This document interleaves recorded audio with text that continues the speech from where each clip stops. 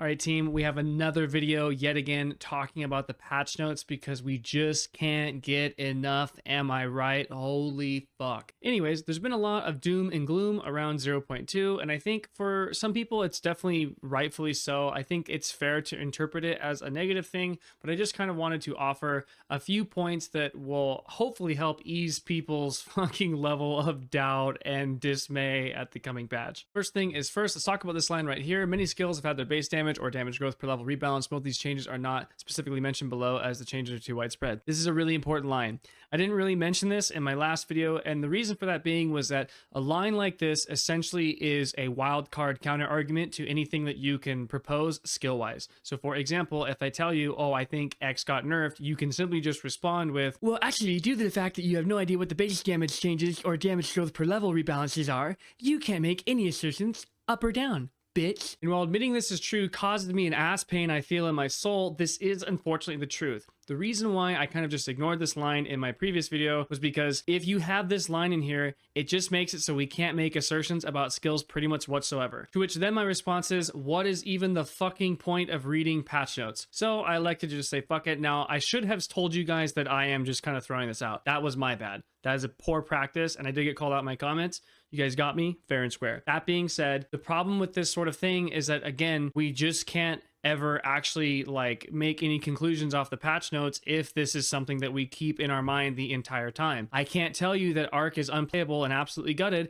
because it theoretically could be that, well, the base damage and damage per growth level has been rebalanced, so it actually fucking slaps ass now. And this might actually be true is the worst fucking part. So this is kind of what I'm getting at. Don't be so hardcore entrenched in your kind of dooming perspective in the absolutes of like, this is fucked, that's dead. Because the reality of it is, and the unfortunate truth of it is that you just really don't know. And again, I know that's annoying as fuck. You don't have to tell me, but it is the unfortunate truth. Thank you, GGG, for being as nebulous as possible. Maybe next time you release the patch notes, they can have a cool little smoke screen effect so you can't actually fucking read any of the sentences all the way, so we can all just guess the whole time. The next thing I wanted to point out is that we have over 100 new supports and 100 new unique items, and 100% we know absolutely fuck all about these, except of course the useless ones. Right? We have Syzygy. I'll give you a hint on what I'm thinking about that. Starts with T and ends with odal dog shit. I can't wait. The point at hand here is that with over 100 new supports and unique items, the reality of it is between these two things, because again, these are two major unknowns, you will probably see a lot of build enabling power and a lot of character power coming from these sources. So again, even though we have all these nerfs, you still have yet another unknown on top of the skill gem rebalances. We just don't know what things you will have available in the new uniques and what things you will have available in the new supports. Although I do think the new supports are probably mostly going to be trash because it just seems like a fucking hodgepodge of like Rube Goldberg supports. Like, okay, first you gotta bleed him, then you gotta stun him, jerk him off a little bit, and then maybe you will actually get a 25% chance to generate a power charge. Does that seem thick? Feels like every last one of them. Like all of them are just like combinations of random dog shit. But regardless of how I feel, they are still a huge unknown and they still could change a lot of things and give you access to a lot of different power elsewhere. So something to keep in mind. The last thing I wanted to mention was something that was pointed out by this comment here with Leon,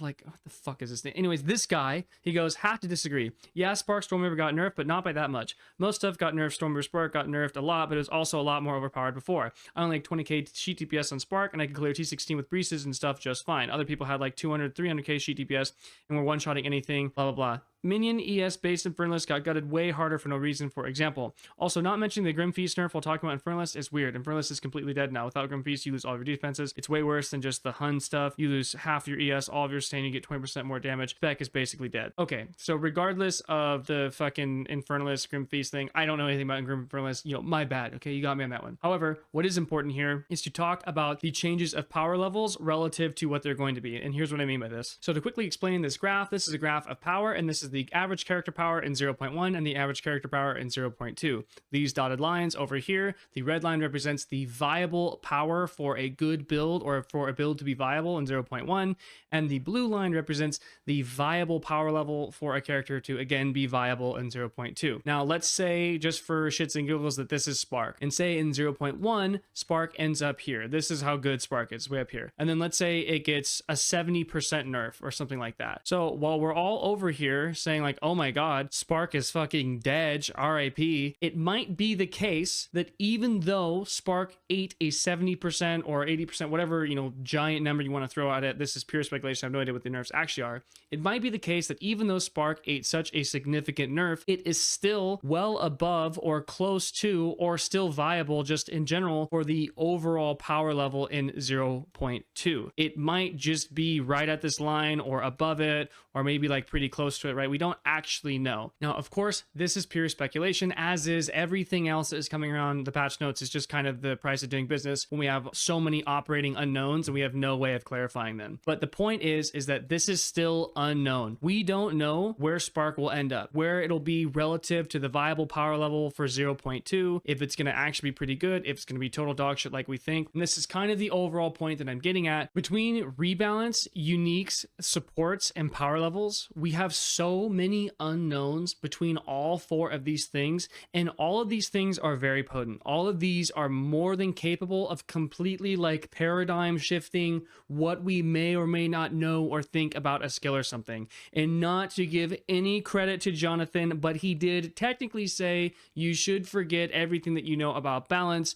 And again, this is more than enough of a reason why, which is the point of this video, which is that at the very least, you have enough unknowns here to where you shouldn't be making hard decisions about what 0.2 is going to be. You shouldn't be coming to hard absolute conclusions, dooming about everything and saying that everything is fucked. The reality of it is there's just not enough to know. With that being said, the purpose of this video is not to gaslight you into thinking that everything is going to be amazing and we're all going to be singing Kumbaya on a fucking field of daisies, all right? Realistically, some of the things are going to be absolute shit, and some of the things that you thought are going to be shit are probably not going to be that bad. That's probably how it's going to play out. Point is, we don't know what is going to suck and what isn't just quite yet, and there is no reason to force yourself to have the worst time possible because you read a bunch of nebulous patch notes whose conclusions can almost be dismissed entirely because of a few lines written within them. Also, before I go, I want to address this comment really quick, just in case anyone out there is interpreting anything I'm saying in this manner. From the good Rev Bed Andy, dude, one of these fucking, anyways,